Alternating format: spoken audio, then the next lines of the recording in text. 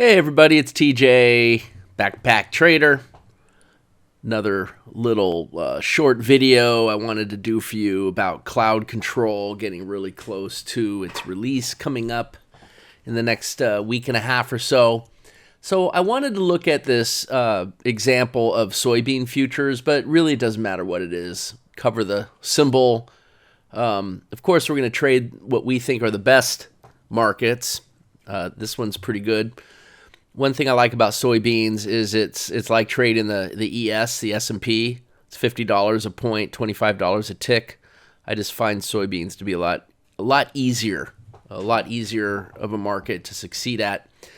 Apart from that, let's say you have an account and let's just say you've got $20,000 to trade with, and you want to risk 2%. Like, this is something you could obviously change, and you could change this number every day as your account goes up or down. You could base it on what your balance was yesterday when trading closed, when you finished, what your closing balance was. You put it in here, how much you want to risk on each trade. Of course, there's trade plans that you'll follow, but 2% is a pretty good amount if you have a trade plan you believe in and that you've proven will make money.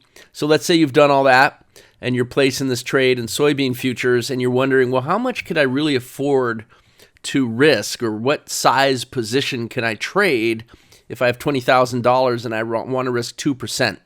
So this strategy is dynamic, and what it's going to do, it's going to take the entry all the way down to the stop, whatever it is. In this case, it would be $12.50 a tick or $50 a point, and it's going to assess how large of a risk that is. So it's going to be different. Sometimes it's less, sometimes it's more. It could be a different market. And then it's going to show you here the amount of contracts you could afford. In this case, only one. Gee, I got $20,000. I can only risk one contract. Well, if you want to stick to the 2%, that's because there's 18 ticks of risk. And if you divide 18 by 4, you got 4 points. That's 200. Another 2 ticks is half of that. $225 of risk. $225. So it's less than 2%, and it's more than 1%. The problem is that if I were to put on 2 contracts, it would be more than 2%. So it won't let me do it. So just to give you an idea of what I mean, let's grab the calculator, and if we divide 225 divided by the $20,000 account value, you can see that it's going to be, 1% and change. And if you were to add 2 contracts, this is going to make it more than 2%. So it's not going to let you because we set 2% as our parameter. What if we put 2.5%? We can come in here and say, I'm willing to risk 2.5%.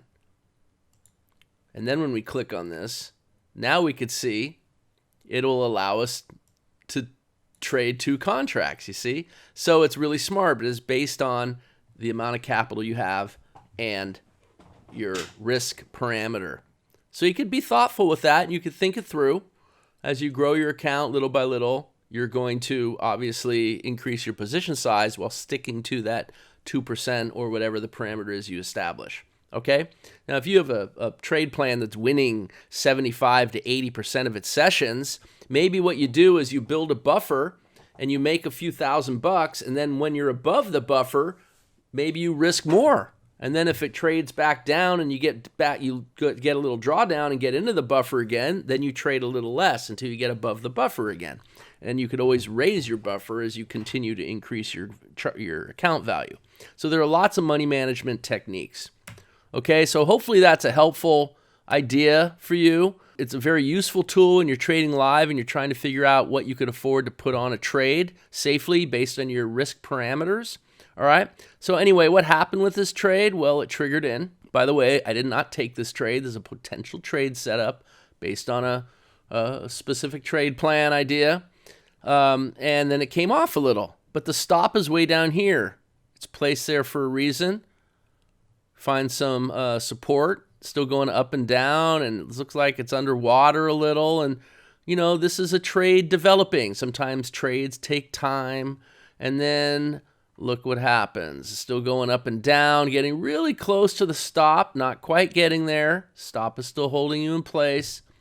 And then it hits, you know, maybe we should draw a horizontal line and see where the first target is. It comes up and hits that. And so now the stop moves up and takes all the risk off the trade. Now this trade is taking a long time. It's really slow. It's trading into a 3-day weekend. Maybe you're not going to be in this trade that long. Maybe you'll get out of it. But look what happens. Like, it doesn't know about time, right? It doesn't care. Let's see if I come down so we could actually see the targets. You got all these targets, right?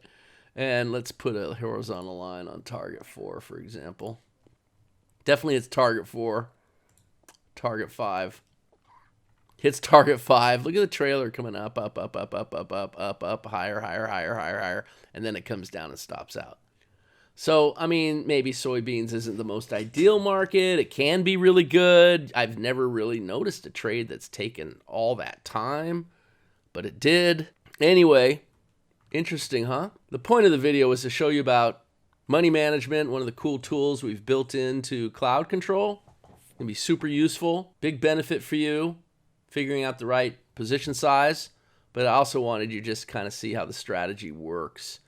Remember, price action exists outside of time. We don't care about time. This is all based on price range.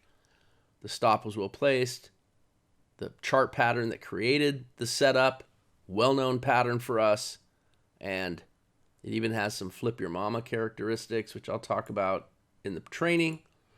But anyway, boom. That's the example. Hope you enjoyed this video, guys.